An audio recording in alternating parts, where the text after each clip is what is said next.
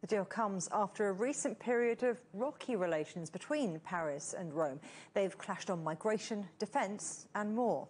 Irene Caratelli is Programme Director of International Relations at the American University of Rome. I asked her if now they put those differences aside. Well, it seems so. For France, it's very important because it needs an ally when it will start its own presidency of the European Union in January.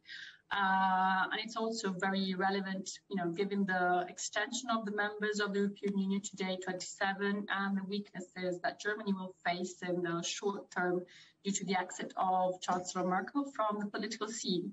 However, the problems that Italy and France have had in the very recent past mean that the changes in Italian politics do affect the relations between the partners. So maybe the question is, will the treaty survive when Italian politics will change again and Mario Draghi will not be prime minister anymore?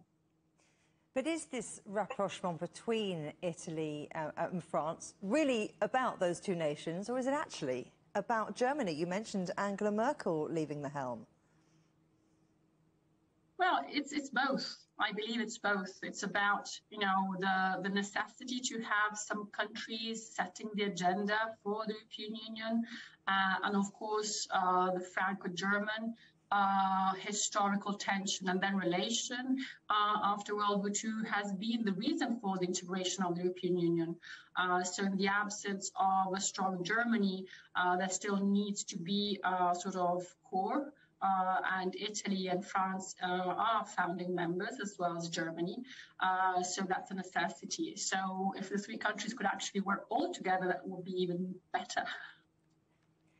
From what I understand, the model for this improved relationship is the Elysee Treaty, that 1960s deal between France and Germany, which was as much about driving a wedge between other powers as forging closer alliances between each other.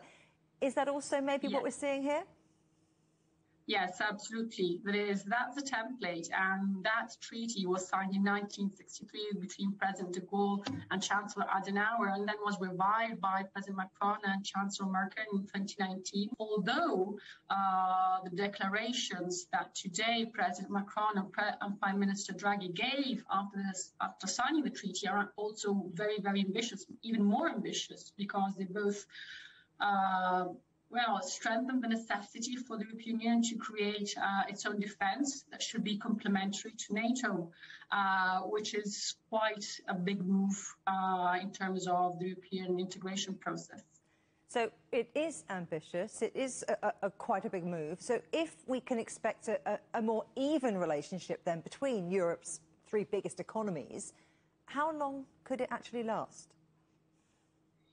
Well, this also depends on, what kind of government and what kind of position the German government will have. If those three economies agree in this change of perspective and philosophy, given their sort of strong economic and political clout, then it is likely that the European Union can change in terms of, the future shape of defence, and also in terms of its own internal rules, economic-wise.